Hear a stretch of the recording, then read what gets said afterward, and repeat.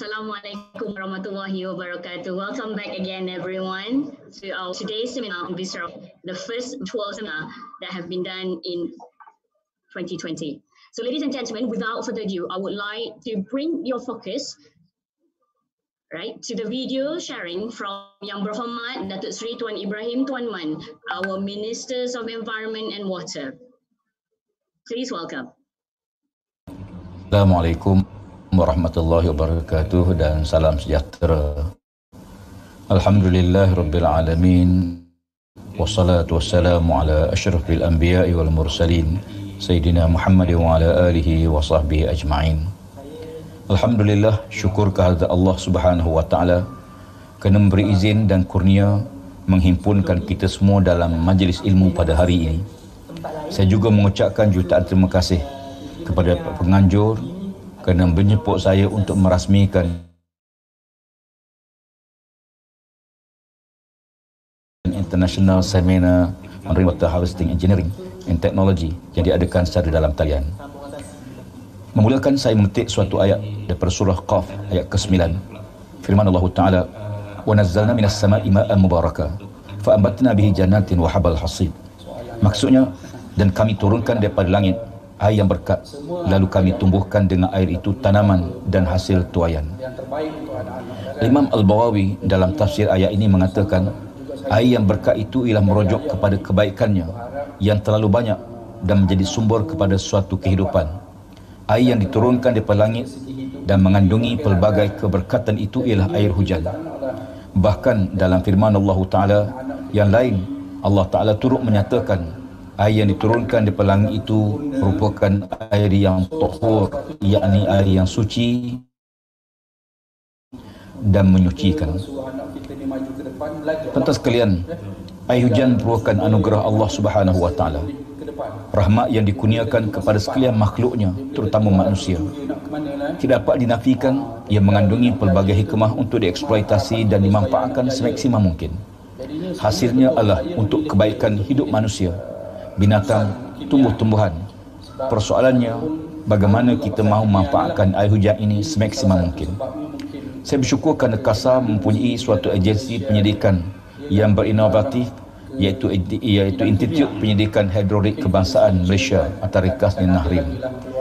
Berdasarkan lawatan kerja yang telah saya lakukan sebelum ini, banyak aktiviti penyidikan berkaitan sumber air dan perubahan iklim, sungai, pantai, kualiti air dan hidrologi yang dibuat kajian secara khusus di peringkat NAHRIM.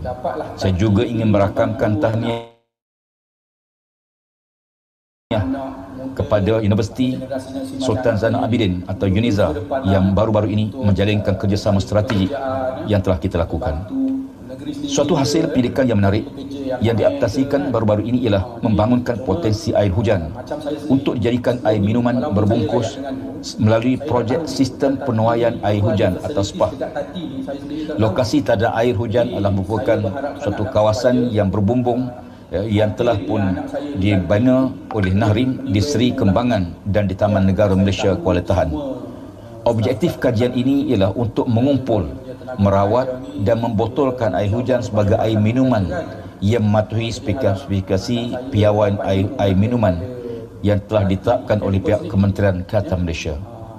KASA mencadangkan untuk meluaskan penggunaan sistem penuaian air hujan ini di bangunan-bangunan kerajaan, sekolah-sekolah, rumah-rumah ibadah dan kediaman sebagai fasa permulaan, selain daripada meneruskan pelaksanaan yang sedia ada, yakni pemasangan penuaian air hujan atau PAH sebagai sumber bagi minuman.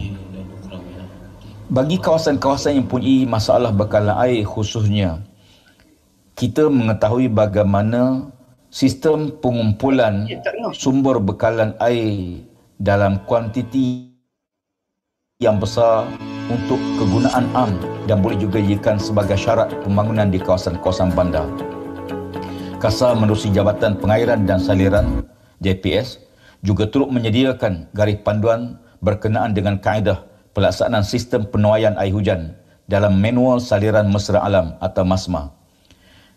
Ini dibuat untuk digunapakai oleh pihak PBT dan pihak berkuasa negeri dalam perancangan pembangunan yang melibatkan bangunan 06 yang retikulasi air bagi pemasangan paip 2014, yang juga menyentuh berhubung dengan sistem pengumpulan air hujan ini. Kaedah ini disediakan bagi memastikan sistem perpaipan bagi air terawat diasingkan dan dibezakan secara jelas daripada sistem pemasangan paip dan kelengkapan dengan tujuan untuk kegunaan sistem pengumpulan air hujan. Selain itu, kaedah ini juga disediakan bagi amaran terhadap cadangan pembinaan takungan air pinggiran sungai atau ringkasnya TAPS merupakan salah satu proses penuaian air hujan berskala besar yang berfungsi sebagai sumber air alternatif kepada pengguna. Pada masa yang sama, KASA juga mengemukakan cadangan kepada pihak unit perancang ekonomi bagi melaksanakan projek TAPS di seluruh Malaysia. Khususnya kalau kita lihat dalam perancangan di peringkat kementerian dalam rancangan Malaysia ke-12, beberapa buah negeri telah pun dipilih bagi memulakan langkah-langkah ke arah nilai-nilai tersebut, khususnya di negeri Selangor yang seringkali menghadapi dengan gangguan bekalan air. Kita menyedari betapa air hujan yang turun begitu banyak akhirnya mengalir ke sungai tanpa kita mengambil manfaat.